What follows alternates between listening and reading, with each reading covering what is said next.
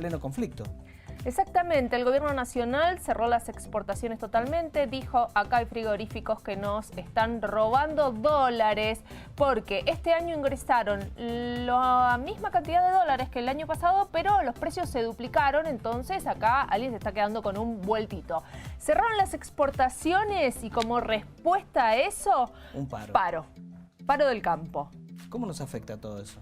Se lo preguntamos a él, Nicolás Aroma, analista económico que está acá con nosotros. Muchísimas gracias por venir. ¿Qué tal? Buenas tardes, ¿cómo están? Un gusto. Igualmente. ¿Por dónde arrancar todo esto, no? ¿Por dónde arrancamos? Me parece que hay que arrancar por un poco cuáles fueron las causas del incremento en el precio de la carne. Desde hace un año aproximadamente se viene levantando la demanda mundial de carne, principalmente de China. A partir de ahí también en el mismo periodo se están incrementando muy fuerte los precios internacionales de los productos que Argentina produce. La carne, maíz, soja.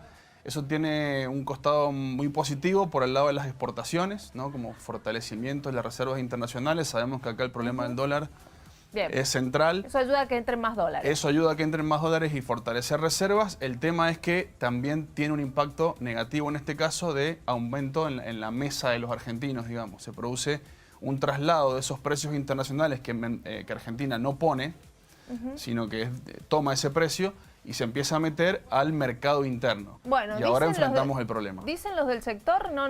Lo que se exporta no tiene nada que ver con lo que se vende en los mostradores argentinos. ¿Quién dice la verdad y quién miente?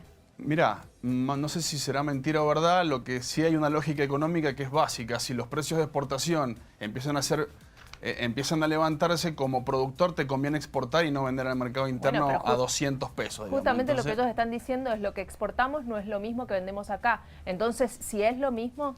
Lo que pasa, no, claro, lo que se está exportando más, demandando más, es un corte más barato, si querés, que acá no se consume, pero como pasa en los precios, reacomodamiento de precios relativos, cuando aumenta el más bajo, los de arriba empiezan a ir para arriba. O sea, si te aumenta el corte más duro, después los otros no lo vas a vender al corte más blando, más barato y te van a quedar desfasados de precio. Entonces se está produciendo un incremento de los precios en general. Ojo, esto no está pasando solo en Argentina.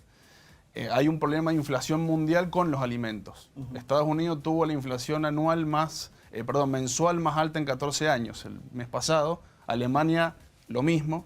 Brasil está teniendo problemas con el tema carne, consumen mucho menos carne que nosotros, pero se está notando también el impacto de específicamente carne. Entonces, bueno, las medidas tienen que ir por el sector de la carne. Y digo esto porque por ahí se escucha mucho el tema de inflación, tiene que ver con la emisión monetaria, el déficit fiscal. En el caso de la carne, hay que atacar el problema de la carne, específicamente. Estoy recordando en este momento las palabras de Pepe Mujica en una comunicación telefónica al aire con el presidente de la Nación, diciéndole, ojo que el conflicto del campo no es joda. Claro. De presidente a presidente. Sí. Y la verdad que no es joda. Y así como se habla mucho de que son distintas las vacas que se van que las que se quedan, también se habla mucho de una comparación entre el último gran conflicto que hubo con el campo. Bueno, claramente... El famoso voto no positivo, ¿no? Sí, seguro. El tema de las retenciones móviles a las exportaciones. También se usó en ese momento justamente para descalzar el precio internacional del precio interno en un momento donde los commodities, soja, maíz, y otros alimentos, aumentaron de manera muy fuerte. Esos mismos precios, eso mismo está pasando ahora. O sea, en un año se han duplicado esos precios. Por ejemplo, el maíz es insumo de engorde de una parte importante del sector ganadero. Entonces también tenés un impacto en costos, por lo cual trasladan precios hacia arriba también carne. Y claramente que está en el centro de la disputa política el problema. Eso es una realidad. Claro, hablando de lo político, en un país donde faltan dólares, medio irrisoria esta medida de cerrar las exportaciones, ¿no? Yo supongo que tiene que ver por el lado de un ordenamiento temporal de lo que se dice. No conozco internamente cómo está funcionando, pero hay problemas de subfacturación. Vos lo dijiste recién. Resulta que los dólares que están entrando... Lo dijo el gobierno. Claro. Lo dijo el gobierno. Ahora, la pregunta es si la reacción del gobierno, la medida del gobierno es la oportuna para la situación del país. Mira, yo creo que hay que buscar un equilibrio. En Argentina me parece que ahí está la clave, buscar equilibrios, porque si no vamos de un lado hacia el otro lado, y el equilibrio es, bueno, ¿cómo hacemos para sostener exportaciones que son beneficiosas en el tema dólar, pero también que pueda acceder la población al consumo de carne a un precio razonable. En un contexto también donde está pasando otro problema, los ingresos están muy deprimidos, ¿no? Más allá del precio de la carne, los ingresos no están acompañando esa inflación. Entonces, bueno, hasta que eso se pueda reacomodar, no podés tener el precio del kilo de asado a los montos que está ahora, porque realmente es cada vez menos la gente está pudiendo acceder a ese bien. Sí, claro, yo me preguntaba si era la medida adecuada por esto, ¿no? En un país que necesita dólares, cerrás las exportaciones, pero además no vemos acá que la carne baja. Digo, que es lo que... Muy por el contrario, ya se habla de la posibilidad de desabastecimiento y ya hay incrementos. Con lo cual la medida, digo, no está generando un efecto positivo. Claro, sí, como te digo, me parece que tiene que ver con una medida temporal. Las otras medidas que vienen a resolver este problema tienen que ver con un posible aumento de retenciones a las exportaciones, cupos de exportación. Es una medida temporal para sanear la cuestión administrativa interna que me parece que para transparentar el mercado. Por supuesto que se está usando como carta de negociación política porque se trata de conflictos de intereses que el gobierno debe administrar. Están reflejados en el precio. El precio también es un reflejo de ese conflicto de intereses. Ojo, el precio de la carne y el precio de varios productos. En Argentina, donde justamente tiene un problema, si querés, Argentina, que justamente lo que hace ingresar dólares es justamente parte de la canasta alimentaria. Entonces, bueno, ahí hay que administrar eso. Digo, por eso yo creo que es una medida que, como vos decís, no se puede sostener en el largo plazo. Y hoy los dólares están incrementándose por otras vías. Por ejemplo, liquidación de soja. El Banco Central lleva 6 meses de posición compradora de reservas. Esto es muy importante porque despeja los escenarios devaluatorios que nos asustan, digamos, todo el tiempo.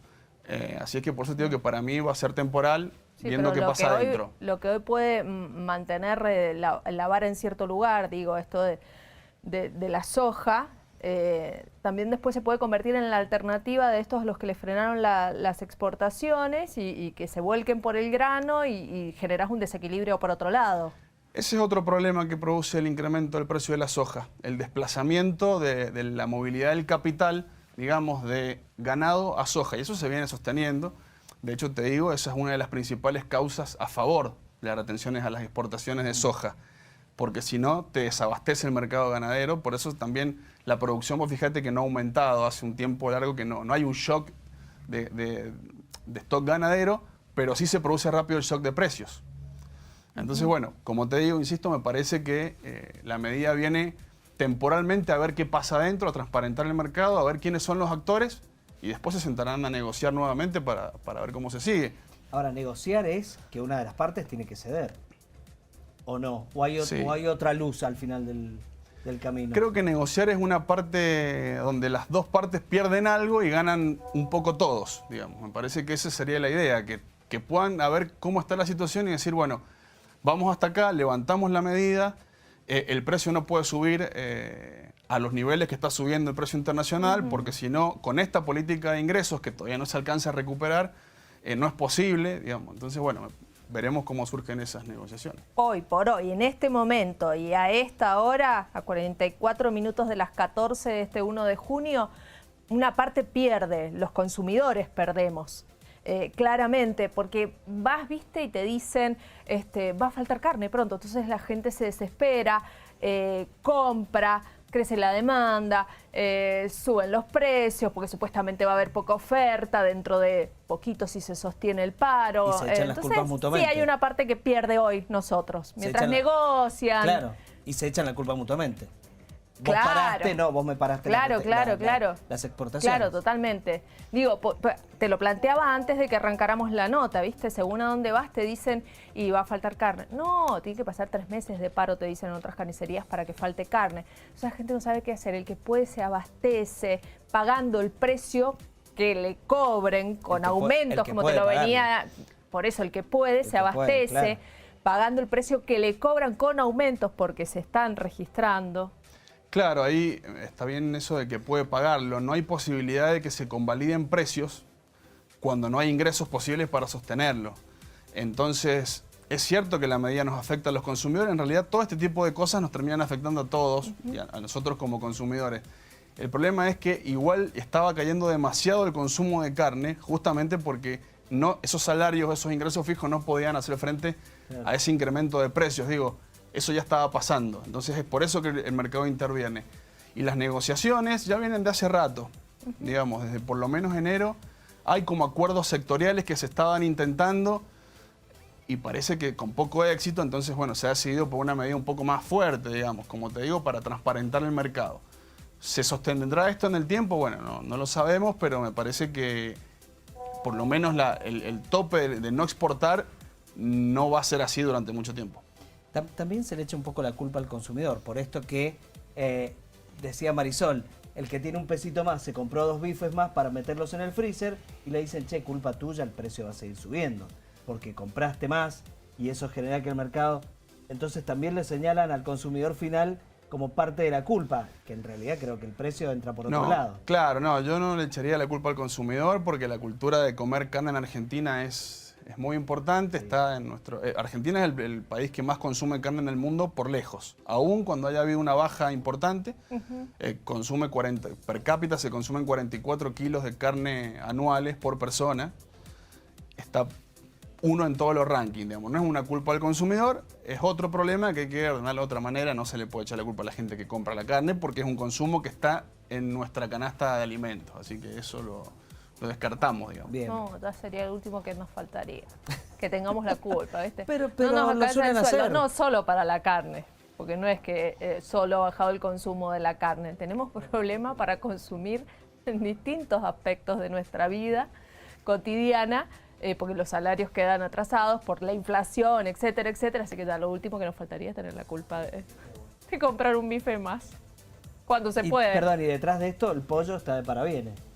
Sí. Digamos, es la opción. Es la opción. No compro vaca, pero me compro 2 pechugas de pollo. Claro, y ahí, pero ojo, porque ¿qué empieza a pasar? Decilo lo que va a pasar. El efecto que... Digo, por eso es tan importante administrar el mercado de la carne. Porque mayor demanda. Empieza a impulsar la incidencia en la inflación general. Por supuesto, cuando un precio relativo de un bien aumenta, el resto de los precios se empiezan a acomodar. Claro. La gente se vuelca más al consumo de pollo y, bueno, por supuesto va a empezar a aumentar. Entonces, por eso justamente eso demuestra que es necesario intervenir un poco en ese mercado, en este conflicto, digamos, porque si no, lo que hoy parece que está bien, después se te va a aumentar el precio también. Por eso también yo digo que al final le terminan echando la culpa al consumidor, porque al no poder comprar carne se vuelca al pollo y culpa de ese aumento en el consumo, la culpa la termina teniendo el consumidor, digamos. Termina no pudiendo consumir carne y termina teniendo la culpa del aumento del pollo. Claro, sí. Si es que sucede, ¿no? Si es que sucede, esperemos pero que no. De hecho incide mucho el tema carne en la inflación general, que es un promedio de precios.